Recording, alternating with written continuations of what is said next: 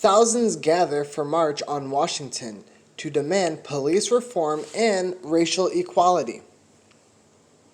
Thousands of demonstrators descend on the nation's capital on Friday to demand an overhaul to the nation's criminal justice system and a push for racial equality. At the same site, Reverend Martin Luther King Jr. called for those same reforms decades ago in the iconic I Have a Dream speech.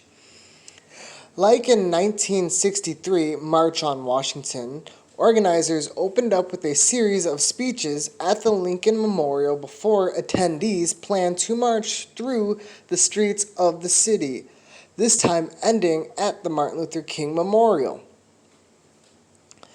This march, dubbed "Get Your Knee Off Our Necks," comes at a particularly tense times as frustrations over police brutality use of force have sparked national outrages following the Memorial Day killing of GF by police in Minneapolis. A common theme throughout the march was a call to action for attendees to register and vote in the fall elections.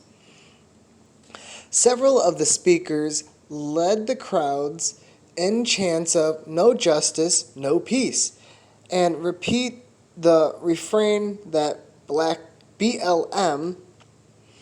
At one point, some in the crowd could be overheard saying, "Hands up, don't shoot." We are unprecedented, uncertain times, Rep. Ayanna Pressley DeMass told the crowd. Yes, it is possible to legislate justice and accountability, people over profits, joy over trauma, and freedom over fear. Yes, it is possible to write budgets that actually value Black lives, she says.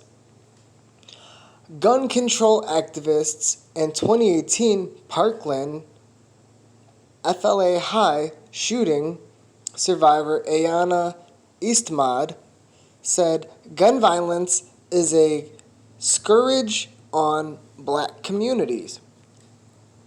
Police violence is a gun violence, Eastmond said, and gun violence is the leading cause of death for Black youth. We demand to live in peace. We demand to live in spaces where the best of the Black culture can thrive. The program's headliners will be civil rights activists Al Sharpton and Martin Luther King III. Later, the event will feature family members of Black Americans who have been killed by police or in other racially charged incidents, including Mr. F. Breonna Taylor, Ahmaud Arbery, and RB, and others whose names have become rallying cries during recent national protests demanding their killers be held accountable. Civil rights attorney Benjamin Crump, who represents many of the victims' families, said the problem isn't de-escalation, the problem is racism. Certainly, as with these tragedies, you want accountability because we can't get justice, Crump said Friday on NPR's Morning Edition. Justice would be GF being able to take another breath today. Justice would be BT still being here. Justice would be Ahmaud Arbery still being here. So the only thing we can hope for right now is accountability. Racial justice and police reform is a hot-button political issue as Election Day draws near. On Thursday, as President DT accepted the Republican Party's nomination for president, he underscored his self-proclaimed monarchier as the law and order president, while accused Democratic challenger JB as someone who repeatedly tears down America. Meanwhile, hundreds of demonstrators gather just outside the White House South Lawn and decry racism and demand police accountability. The march also comes on the heels of the shooting JB by police in Kenosha, Wisconsin on Sunday. Blake, a black man who was shot 7 times in the back at close range, he is now paralyzed from the waist down, according to his family lawyers. The shooting was captured on video and went viral on social media, sparking days of demonstrations that turned deadly this week.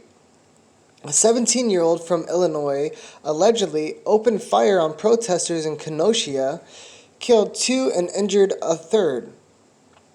The shooter, a white male, reportedly has ties to a militia and is staunch supporter of law enforcement. He is facing 6 criminal charges, including first-degree international homicide in connection to the shooting. The ongoing CV pandemic also looms over the event. Due to the requirement imposed by Washington, D.C. Mayor Muriel Bowser that visitors to the district from high-risk states self-quarantine for 14 days, turnout for the march is expected to be lighter than organizers had originally anticipated. Event organizers had planned for 100K attendees, but a permit issued by the National Park Service indicates about half of that are expected, according to the Washington Post.